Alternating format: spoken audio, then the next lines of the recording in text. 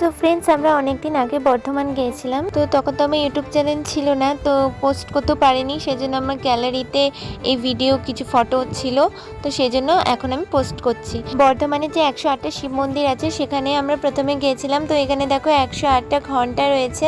তো আমরা না আগের বছরের শ্রাবণ মাসে যে সোমবারে গিয়েছিলাম, তো তখন তো খুবই ভিড় ছিল। তো কিছু ফটো আছে, তো দেখে নাও তোমরা।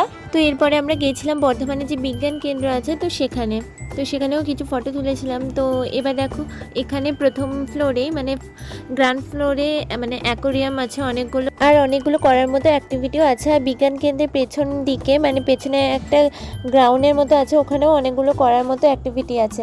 তো দেখো এখানে অনেকগুলো মাছ তোমাদের দেখাচ্ছি। তো একটু ছোট ছোট ক্লিপ নিয়েই দেখাচ্ছি, কারণ ভিডিওটা অনেক বড় হয়ে যাবে বলে। তো এবার আমরা ফার্স্ট ফ্লোরে চলে এসেছি। আর এটা দেখো মানে প্রথমে না আমি এটা বুঝতে পারিনি যে এটা কি, দিয়ে তারপরে বুঝলাম যে এটা না ঠেকিয়ে করতে হবে। তো যাই হোক, তারপরে এখানে আমি আর আমার বোন দেখো সাইকেলিং করতে লেগে পড়েছি। তো এখানে আমি জিতে গেছি। তো এবার এই গাছটাকে তো অনেকেই চেনো, তো হাততালি দিয়ে মানে লাইটগুলো জ্বলবে, আমি হাততালি দিচ্ছিলাম।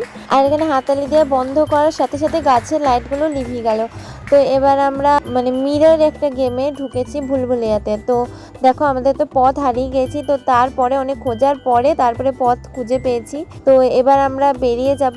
এখানে অনেক করার মতো অ্যাক্টিভিটি আছে, গেমস আছে, তো বেশি তো ভিডিও নিইনি। তো যাই হোক, তোমরাও এখানে আসতে পারো। তো এবার আমরা মানে দিনের বেলা একটু মিক্সড ফ্রাইড রাইস আর চিকেন কষা খেয়েছিলাম, আর রাতে মানে কাটোয়ায় নেমে আমরা বিরিয়ানি খেয়ে বাড়ি গিয়েছিলাম।